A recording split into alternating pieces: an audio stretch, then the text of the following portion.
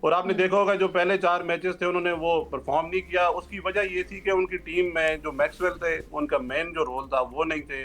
اسی طرح جو ان کے مین پلیئرز تھے وہ 3-4 میچز تک نہیں آئے ہوئے تھے.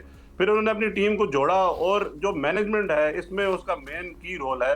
انہوں نے اپنی ٹیم کو کانفیڈنس دیا. آپ نے دیکھا ہوگا حنین شاہ سے بھی جب بات ہوئی تو انہوں نے کہا کہ مجھے جو ایک آسٹریلین مائنڈ سیٹ ہے وہ میرے اندر انجیکٹ کیا گیا اور بتایا گیا کہ آپ وہ کر سکتے ہیں پریشر ہینڈل کرنے کے لیے. اور یہی چیز ہوتی ہے جو آسٹریلین مائنڈ سیٹ ہے وہ آپ ریفلیکٹ ہوا ہے.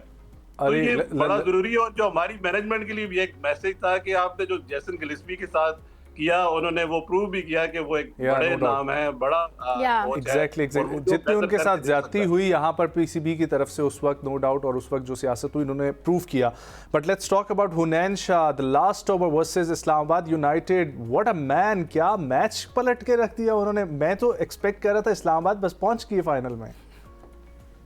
دیکھیں یہ بالکل وہ انہوں نے منہ سے ایک جو ان کی جیت ہے وہ کھینچ کے لائے. اس میں آپ نے دیکھا کہ میں وہی بات کر رہا ہوں آسٹریلین مائنڈ سیٹ وہ یہی تھا کہ اس سے اگر آپ لاسٹ میچ کی بات کریں تو مارنس لبوشین نے سائم ایوب کو اوور دیا, جبکہ جیسن گلیسبی نے کہا کہ آپ یہ عاقف کو اوور دیں وہ میچ بچا لیں گے. جو ان کا ایک سیمی فائنل جو تھا وہ انہوں نے وہاں سے میچ بچایا. اسی طرح جو آپ بات کر رہے ہیں حنین شاہ 6 رن کہیں سے بچتے ہی نہیں ہے. یہ اگر ہمارے پریمیئر فاسٹ بالر ہوتے, شاہین شاہ ہوتے, حارث رؤف, تو یہ آپ دیکھتے پہلی 2 گیندوں میں وہ پورا کرا دیتے. تو یہی ہے کہ ایک مائنڈ سیٹ تھا جو ایک کانفیڈنس دینا تھا, وہ آسٹریلین مائنڈ سیٹ تھا, وہ ایک وہ پریشر کو ابزارو کرنے والی چیز تھی. انہوں نے بڑے گیم پلان کو اویئرنیس کے ساتھ انہوں نے وہ بڑا ایک وہ پریشر کو ہینڈل کرتے ہوئے بڑا اچھے سے کنٹرول کیا. اچھا ایک اور چیز, یہ پریشر ہینڈلنگ کی آپ نے بات کی, آپ کو کیا لگتا ہے جو پاکستانی ہمارے کھلاڑی ہیں وہ پریشر ہینڈلنگ میں آپ کو نہیں لگتا کہ as compare to international players تھوڑا سا ہم کہتے ہیں پیچھے ہیں, کیونکہ ہم ایکسرسائز کی کمی ہے اس میں. ہاں ہم اس طرح میدان میں اترتے ہیں تو ہم پریشر, اب جیسے کہ ہم بابر کو ہی دیکھ لیں, کل انہوں نے فینس کا اتنا پریشر لے لیا کہ جو 0 پہ ہی آؤٹ ہو گئے. سو پاکستانی پلیئرز میں آپ کو لگتا ہے پریشر ہینڈلنگ تھوڑی زیادہ بہتر ہو سکتی ہے؟ جی بالکل. اس کی وجہ یہ دیکھیں, ایک تو انٹرنیشنل ایکسپوجر نہیں ہوتا, اور جو ہمارا جو مسئلہ ہے, ہم کیونکہ ڈومیسٹک کرکٹ کو پریفر نہیں کرتے یا اس کو رسپیکٹ نہیں دیتے, تو اس کی وجہ سے ہمارا جو ایک ٹیمپرامنٹ ہے وہ نہیں بن سکتا. اگر آپ دیکھیں آسٹریلین کرکٹ کی بات کریں, انگلینڈ کرکٹ کی بات کریں یا انڈین کرکٹ کی بات کریں, تو وہ اپنے پلیئر کو بہت تیار کر کے لے کے آتے ہیں. وہ یہ نہیں ہوتا کہ ایک پی ایس ایل کی پرفارمنس پہ یا اس کو دیکھ کے مد نظر رکھ کے وہ اس کو انٹرنیشنل ٹیم میں لے آئیں. اس کو گریجولی لے کے آتے ہیں. ایک ڈومیسٹک کرکٹ کے بعد وہ اس طرح ایمرجنگ میں آئیں گے, اسی طرح انڈر 19 کو وہ کھیلیں گے, پھر اس طرح وہ آگے رائزنگ سٹار میں آ کے پھر آ کے انٹرنیشنل کرکٹ میں. مطلب ان کو پروو کرنے کے لیے 4-5 سیزن وہاں آپ پرفارم کریں گے, وہ پورا ان کا ایک ٹیمپرامنٹ بنے گا, پھر انٹرنیشنل ایکسپوجر ساتھ ساتھ ملتا رہے گا, تو وہ چیز ان کے اندر آتی ہے. ایسے نہیں ہے کہ ایک بندے نے یہاں پہ پی ایس ایل میں پرفارم کیا, اس کو اٹھا کے آپ انٹرنیشنل کرکٹ میں بھیج دیں. تو آپ نے ایسے بہت ساری مثالیں دیکھی ہیں کہ جن کو آپ ایک بالکل لمیٹڈ پرفارمنس پہ آپ اٹھا کے لے جاتے ہیں تو وہ انٹرنیشنل کرکٹ میں فلاپ ہوتے ہیں, تو ان کی وہ کارکردگی وہ نہیں ہوتی یا وہ پریشر ہینڈل نہیں کر پاتے. ویل تھینک یو سو مچ محمد علی تنوری صاحب آپ کے وقت کے لیے. خواتین و حضرات, پی ایس ایل اختتام کو پہنچا. اس دفعہ اس طریقے سے گیمز نہیں ہو سکیں, لیکن کراؤڈ کل جتنا دیکھنے والا تھا اور اس پر جو جذبات تھے ہمیں وہ یہ چاہ رہے تھے کہ دوبارہ سے پی ایس ایل جو ہے وہ جب بھی ہو تو کوئی ایسی مشکلات نہ ہو اور سب کرکٹ کو انجوائے کر سکیں. ہیڈ لائنز کا وقت ہوا چاہتا ہے, لیٹس ٹیک بریک, ہمارے ساتھ رہیں.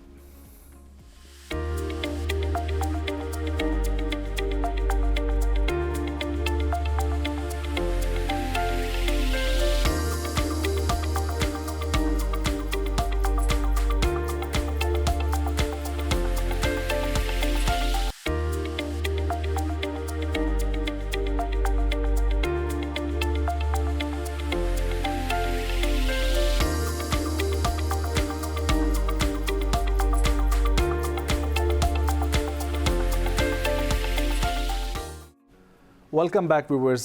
اس سیگمنٹ میں ہم لوگ بات کریں گے پاکستان کے ایجوکیشن سسٹم کے حوالے سے, جس کو بہت زیادہ ضرورت ہے کہ نئے تھاٹس کے اوپر لایا جائے, اور اس کے لیے ایک کمپنی کام کر رہی ہے لرنوباٹس کے نام سے, اور ان کا مقصد ہے کہ ایک پیرلل ایجوکیشن سسٹم ایسا ڈیولپ کیا جائے جو کہ بچوں کے اندر ڈیجیٹل سکلز, ٹیکنالوجی کی سکلز کے حوالے سے اور جدید مہارتیں جو ہے اس میں بچوں کو جو ہے مؤثر انداز میں سکھا سکیں.